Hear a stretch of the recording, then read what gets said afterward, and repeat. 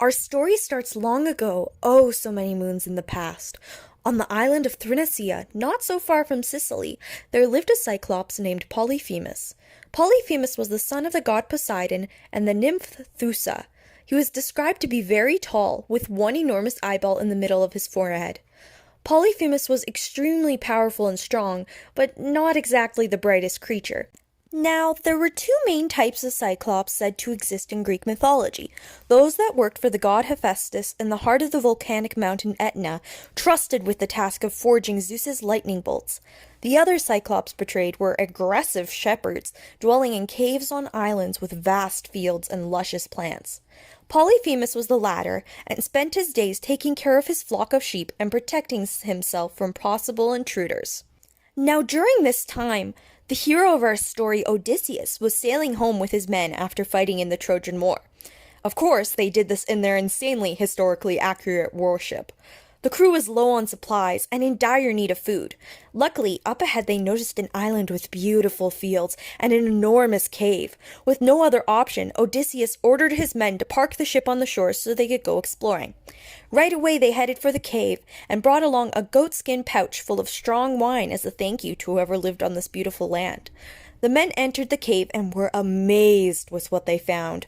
Racks upon racks of cheese and meat hung on the walls, and bottles of scrumptious-looking milk lined the shelves. The men headed for the food, when suddenly loud footsteps stopped them in their tracks. A large Cyclops, Polyphemus, with a flock of sheep had suddenly appeared.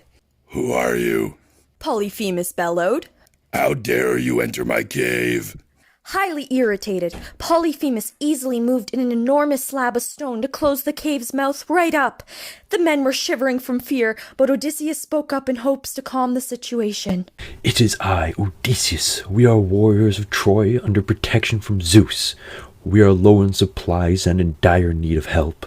Would you be oh so gracious to help our poor shipwrecked souls?" Out of his lack of trust in Zeus and anger for these strange men entering his home, Polyphemus roared and grabbed one of Odysseus's men. In horror, they watched helplessly as the Cyclops gobbled their crewmate down.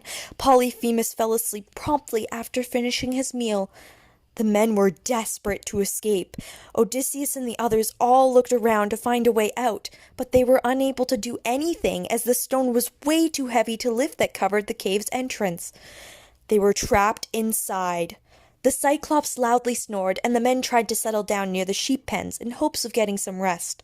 Odysseus had not a wink of sleep in the night, thinking of all the terrible ways his band of warriors could be killed. In the morning, Polyphemus ate another one of the men for breakfast, and then began his day of work by taking his sheep out into the green fields.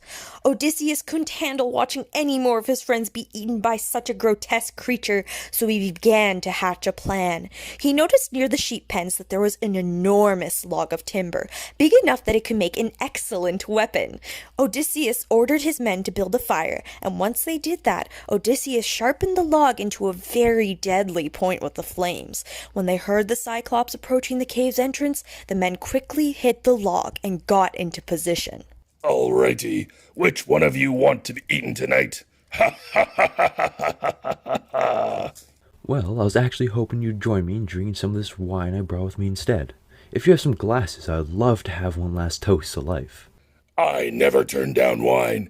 Fill my cup now." And so Odysseus poured a large cup of the potent wine for the greedy Cyclops. Again and again, Polyphemus would slurp down the drink and demand a refill from Odysseus. After a few too many glasses, the Cyclops fell into a deep and drunken slumber. This was it. The moment the men had waited for. With their fire still ablaze, the crew placed the stake into the flames until the log was glowing red hot. All holding onto the large stake, Odysseus ordered everyone to charge on the count of 3. 1, 2, 3! They bolted with all the strength they could muster and stabbed Polyphemus directly in his massive eyeball. Ah! Ow! Polyphemus screamed in immense pain and suffering. He was enraged and also now unable to see.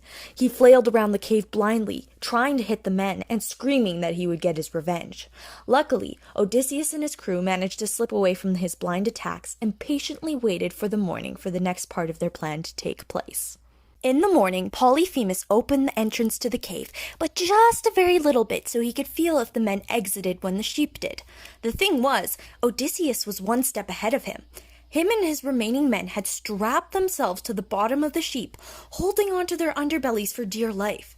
As Polyphemus opened the cave's entrance to let out his herd, he felt for the backs of the sheep to make sure no men were using them to escape. But of course, he did not think to check underneath the sheep, and Odysseus and his crew safely made it out into the fields.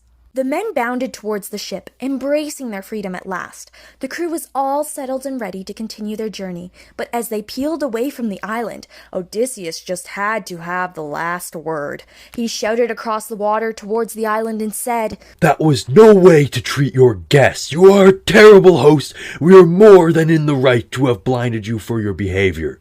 Plus, you didn't even manage to eat us all. Some Cyclops you are." Polyphemus heard Odysseus's remarks, and they stung him in his poor Cyclops heart. How dare you insult me?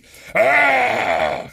Picking up the biggest boulder he could find, Polyphemus easily pitched it in the direction of Odysseus's insults, but due to the Cyclops' lack of sight, his throw didn't quite hit the ship, but instead created a large impact around the front of the boat in the water.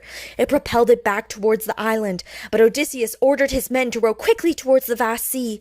After some fast action on the oars, Odysseus and his crew were far enough away that they could just faintly see the Cyclops standing on the shore, all alone. They were finally safe from Polyphemus. The heroes sailed home and passed down the tale of their adventures, which we still hear generations and centuries later. And that is the story of the Cyclops, Polyphemus. The end.